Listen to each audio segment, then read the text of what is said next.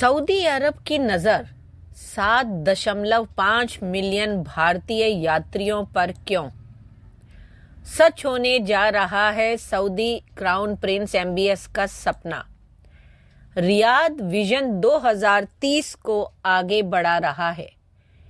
Saudi अरब कैसे अपना लक्ष्य हासिल करेगा? पॉप कॉन्सर्ट, खेल कार्यक्रम, त्योहार सभी आने वाले वर्षों के लिए सऊदी अरब की योजना का हिस्सा हैं। क्या अबू धाबी की राह पर चल पड़ा है सऊदी अरब? भारत निभाएगा अहम भूमिका। जी हाँ, नमस्कार दोस्तों। आज इस वीडियो में मैं सऊदी अरब के विजन 2030 के बारे में ही बात करूंगी। वीडियो बहुत इंटरेस्टिंग होने वाला है, इसलिए वीडियो के अंत तक जरूर बने रहें। और जो इस चैनल पे नए हैं प्लीज सब्सक्राइब, कमेंट, लाइक जरूर करें। तो चलिए शुरू करते हैं। देखो, सऊदी अरब के crown prince Mohammed bin Salman अक्सर अपने खुले विचारों और इस्लामिक कट्टरपंथ को समाप्त करने के लिए अक्सर चर्चा में रहते हैं। अभी हाल ही में उन्होंने कई ऐसे कदम उठाए हैं कि सभी मुस्लिम देश हैरान हैं। आतंकवाद को खत्म करने के लिए सऊदी अरब में 7 आतंकियों के सर तन से जुदा कर दिए गए। जो बहुत ये गीत गाते हैं ना कई आतंकवादी, सर तन से जुदा, वो उनके साथ हो गया। रमजान से पहले ऐलान किया कि मस्जिद में इफ्तारी नहीं होगी क्योंकि मस्जिद गंदी हो जाती हैं। इसके लिए इमाम चंदा भी नहीं लेंगे, बड़े बड़े उपदेश भी नहीं देंगे क्योंकि उससे कट्टरपंथी जो है वो फैलाई जाती है। अजान की रिकॉर्डिंग करने पर मनाही कर दी। औरतों को अकेले उम्रा या हज करने की इजाजत, बुरके से आज़ादी, ड्राइविंग की आज़ादी, ड्रेस कोड की आज़ादी, उन्हें बराबर का दर्जा देने जैसे कई फैसले लिए। आखिर इनके पीछे के कारण क्या है? यही तो हमें आज जानना है। क्या ये उसी 2030 विजन जो है उसी का एक हिस्सा है? जी हाँ, हम सब जानते हैं कि सऊदी अरब तेल पर अपनी अर्थव्यवस्था की निर्भरता को खत्म करने की राह पर तेजी से आगे बढ़ रहा है। क्यों? क्योंकि वो भी जानता है कि आज उनके पास पैसा, दौलत, इज्जत, मान सम्मान जो भी है वो इसी सोने के कारण है, यानी कि तेल के कारण। परंतु इसकी भी तो एक लिमिट होगी ना, कभी तो ये खत्म होगा। और उन्हें भी अच्छे से पता है कि अगर 7-8 साल ये और हमारा तेल चल गया तो उसके बाद हम क्या करेंगे। इसीलिए उन्होंने अपना ये विजन तैयार किया है और कि 2030 तक सऊदी अरब की गैर तेल अर्थव्यवस्था में हर साल 3 से 4 दशमलव का विस्तार हो। विशेषज्ञ तो यहां तक कहते हैं कि 2030 तक सऊदी की पूरी घरेलू उत्पाद GDP जो है में गैर तेल अर्थव्यवस्था का योगदान 56% हो जाएगा। सऊदी अरब के crown prince Mohammed bin Salman के महत्वाकांक्षी प्रोजेक्ट विजन 2030 का सबसे बड़ा मकसद देश की तेल पर निर्भरता को खत्म करना है, जो कि आने वाले सालों में पूरा होता दिख रहा है। हाल ही में एक वेबिनार में मूडीज एनालिटिक्स की एक अर्थशास्त्री कैटरीना नोरो ने कहा कि सऊदी अरब की अर्थव्यवस्था पिछले दशक में बदल गई है। उन्होंने कहा कि देश की GDP में गैर तेल सेक्टर्स की हिस्सेदारी बढ़ रही है। अब सवाल ये होता है कि सऊदी अरब कैसे अपना लक्ष्य पूरा करेगा और क्यों वो भारतीयों की तरफ 7.5 मिलियन भारतीयों की तरफ ध्यान दे रहा। देखो, अभी तक आपको अच्छे से पता है कि धार्मिक टूरिज्म जो यानी कि रिलीजियस टूरिज्म के जरिए जो है सऊदी अरब बहुत पैसा कमा रहा था, तेल के कारण कमा रहा था और उसकी अपनी जो अर्थव्यवस्था है वो इन्हीं 2 चीजों पर मेनली टिकी हुई थी। अब 26 लाख के करीबन जो है हज के लिए और इनके लिए जो है हमारे भारतीय ही वहीं जाते हैं, चाहे काम के लिए हैं चाहे अदरवाइज हैं।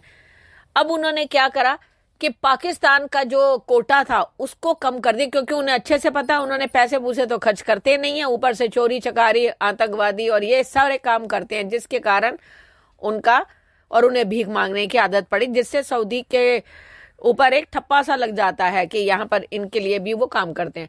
इस वजह से उन्होंने सोचा कि भारत एक ऐसा देश है जिसका डीएनए जो है वो सऊदी के साथ पूरी तरह मिलता है। कल्चर ले लो, खान पीन ले लो, सब तरह की चीजें। तो इसीलिए जब अभी दौरे पर गए थे पीएम मोदी भी, और उसके बाद वो भी जब G20 के टाइम आए थे, इनमें तो काफी समझौते भी हुए जिसका असर भी है। तो अब आप देखें कि सऊदी अरब कैसे अपना लक्ष्य हासिल करेगा। देखो, सऊदी अरब जो है वो तेल पर अपनी निर्भरता घटाने के लिए विदेशी निवेश और पर्यटन को खूब बढ़ावा दे रहा है। नोरो ने यह भी कहा कि सऊदी अरब को अपने इस लक्ष्य को हासिल करने के लिए छोटे और मध्यम आकार के जो बिजनेस है उनको नियमित रूप से लोन देना चाहिए और पर्यटन निर्माण जैसे अहम क्षेत्रों में विकास को बढ़ावा देना चाहिए। अब आप देख लो अबू धाबी को, दुबई में वो मंदिर उधर वहाँ अबू धाबी में खुल गया, और दुबई है, बुर्ज खलीफा है, इतनी शॉपिंग और इतनी आज़ादी है, तो कपड़े पहनने की, घूमने की, फिरने की, इस वजह से वो इतना पैसा कमा रहा है। तो सऊदी को भी जो है इस तरह के रास्ते पर ही चलना होगा।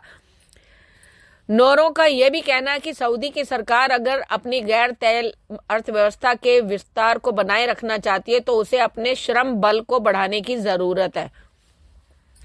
उन्होंने कहा, कार्य क्षेत्र में महिलाओं की भागीदारी जो है वो दर में बढ़ोतरी और प्रवासियों की आबादी में बढ़ोतरी अहम भूमिका निभा सकती है। इससे सऊदी की श्रम शक्ति बढ़ेगी, निजी और गैर तेल सेक्टर्स का विकास होगा। इससे पहले भी दिसंबर में सऊदी अरब के जनरल अथॉरिटी फॉर स्टैटिस्टिक्स की तरफ से जारी एक रिपोर्ट से पता चला था कि इस साल की तीसरी तिमाही में सऊदी अरब की गैर तेल अर्थव्यवस्था जो थी वो 3.5% की उसमें वृद्धि हुई है। अब है कि क्या है MBS का महत्वाकांक्षी project vision 2023। Saudi crown prince Mohammed bin Salman, जिन्हें MBS कहा जाता है, ने 25 अप्रैल 2016 को एक्चुअली अपनी महत्वाकांक्षी प्रोजेक्ट विजन 2030 लॉन्च किया था। इसके 3 मेन कारण थे। पहला, सऊदी अरब की तेल आधारित अर्थव्यवस्था में विविधता लाना, अपने रीति रिवाजों को मानते हुए समाज का आधुनिकीकरण करना और सऊदी की वैश्विक छवि में जो है सुधार लाना। ये 3 प्रोजेक्ट हैं उनके अपने मन में। इस प्रोजेक्ट के तहत सऊदी अरब ने विदेशी निवेश और व्यापार को बढ़ावा देने के लिए कई स्तरों पर सुधार किए हैं। सऊदी में स्वास्थ्य क्षेत्र और हाउसिंग सेक्टर में निजीकरण किया गया, जिससे नौकरियों के अवसर बढ़े। सऊदी विश्व के देशों के साथ अपने व्यापार को बढ़ावा देने की सभी कोशिशें कर रहा है। विजन 2030 के तहत ही सऊदी अरब रेगिस्तान में एक फ्यूचर सिटी नियम बना रहा है, जो सबसे बड़ा अजूबा, अगर हम उसको संसार का 8वां अजूबा कहें तो गलत ना होगा अगर वो बन जाता है तो।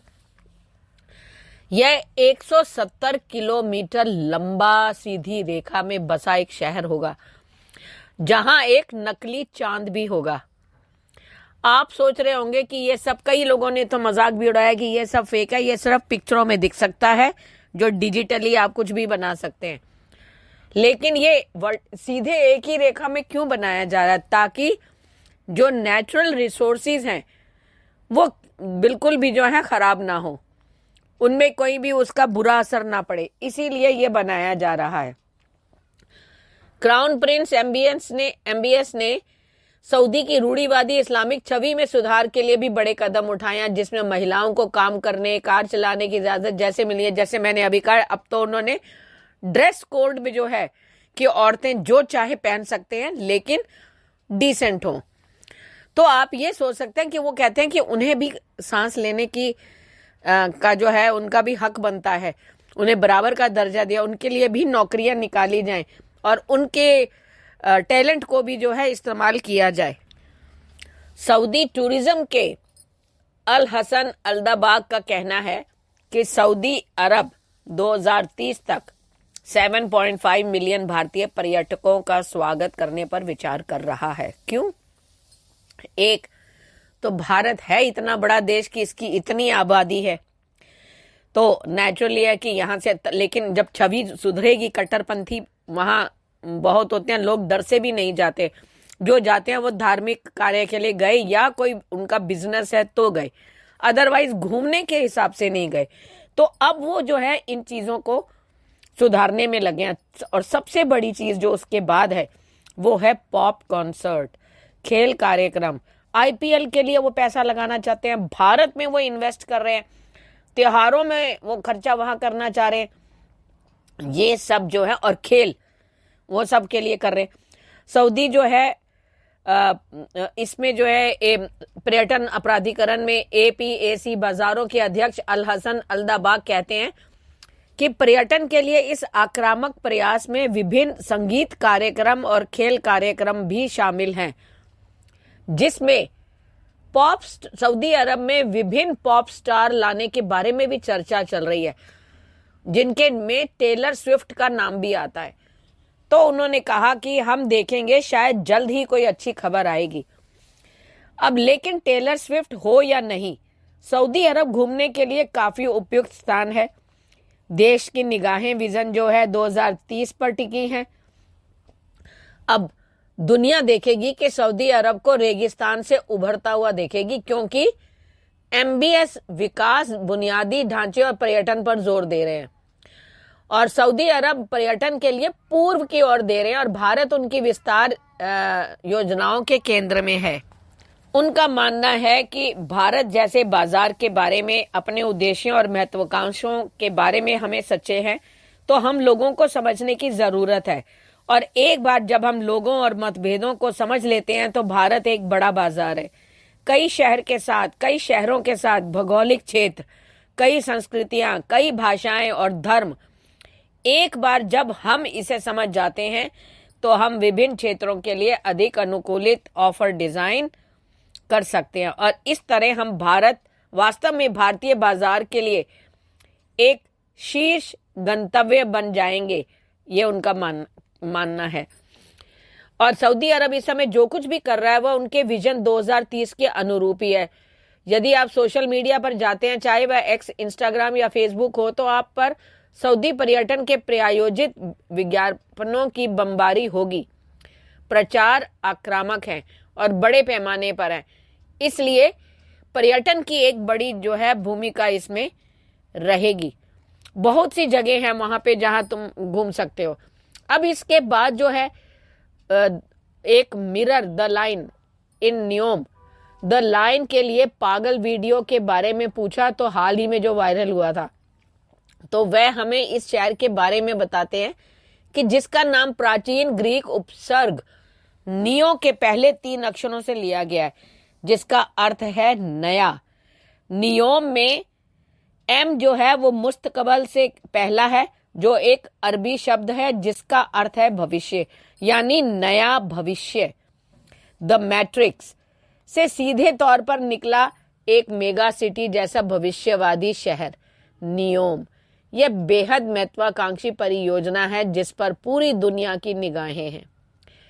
उदाहरण के लिए लाइन 2 समानांतर दर्पण आच्छादित गगनचुंबी इमारतों के भीतर एक शहर है जो 170 किलोमीटर से अधिक पहाड़ी और रेगिस्तान इलाके से होकर गुजरेगा। नियोम आज विश्व स्तर पर एक बहुत प्रसिद्ध परियोजना है, जिसमें कुछ गीगा बुनियादी ढांचे हैं और जो पाइपलाइन है। सऊदी अरब 2030 तक भारत से सऊदी अरब आने वाले पर्यटकों की संख्या में 6 गुना वृद्धि की उम्मीद कर रहा है।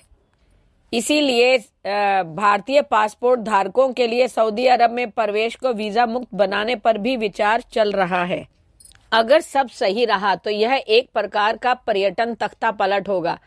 तब तक सऊदी अरब में देखने के लिए बहुत कुछ है, जहां पुरानी दुनिया नए भविष्य के साथ सहजता से घुल मिल जाती है। आपका क्या प्रतिक्रिया है? कृपया कमेंट करें। धन्यवाद।